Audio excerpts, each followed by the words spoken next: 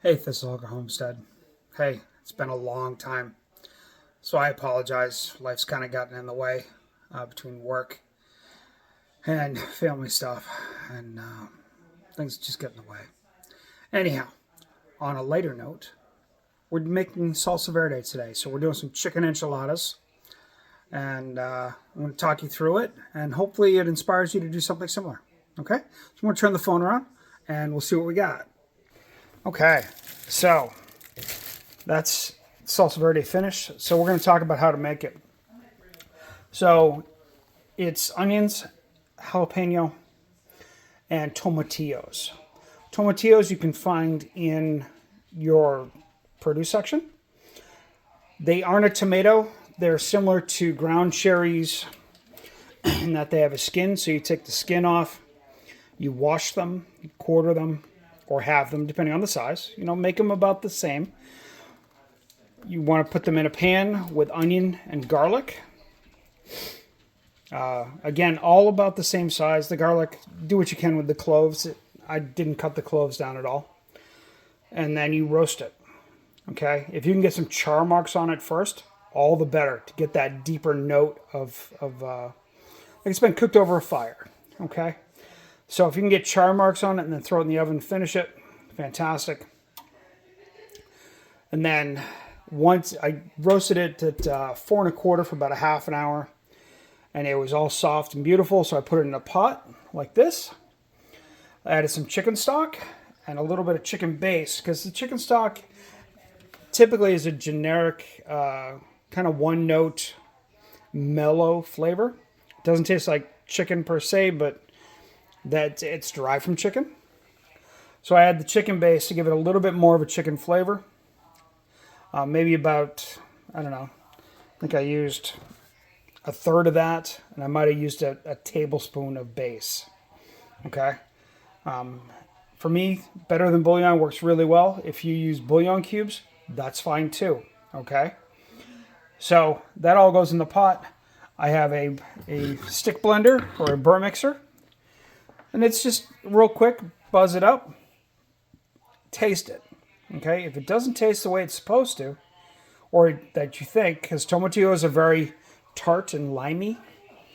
Onions are sweet. Garlic roasted can be sweet. Chicken stock very basic. So you're trying to meld those flavors to get something a little tart. And off you go. So you blend that up. And then you put in the cilantro. Okay? Fresh cilantro goes in.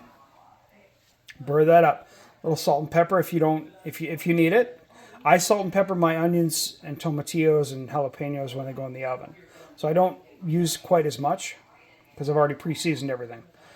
And then burr it all up, taste it. It wasn't tart enough for me, so I added some lime juice, as you can see. Off we go with that. And then it wasn't green enough. So here's the trick, and this is a chef's trick that not a lot of people know.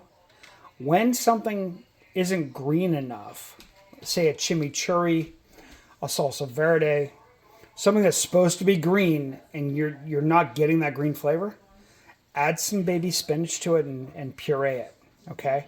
Spinach gives you that chlorophyll, which really doesn't change the flavor a whole lot, but it changes your color drastically. I mean, look at that. It's freaking gorgeous. Not to mention, it's delicious. So what we're going to do with the enchiladas is I have corn tortillas, because my wife is gluten intolerant. You can do these with flour or corn. We're doing corn. So I'm going to sear these ahead of time, so that way they will withstand baking. I don't want them just as is, because they're just okay? And I mean means it's floury. It feels uncooked. It doesn't feel right. So I'm going to sear those to finish that corn tortilla texture. I've got chicken breasts in the oven right now. We're going to shred that. Then I'm going to mix in some of the white shoe peg corn. And I have some sweet potato. And I'm going to fine mince that. Real small dice. Blanch it. And I'm going to fold that in as well. So it's going to be corn and sweet potatoes, shredded chicken, chili powder, a little extra cumin and cilantro. Going in the tortillas. Okay? I'm going to lay those in. top it with the salsa verde, and bake it. And then we've got refried beans and sour cream. And it's, I'm so looking forward to this meal. So that's chicken enchiladas a la Allen, if you would. Enjoy, folks. Please.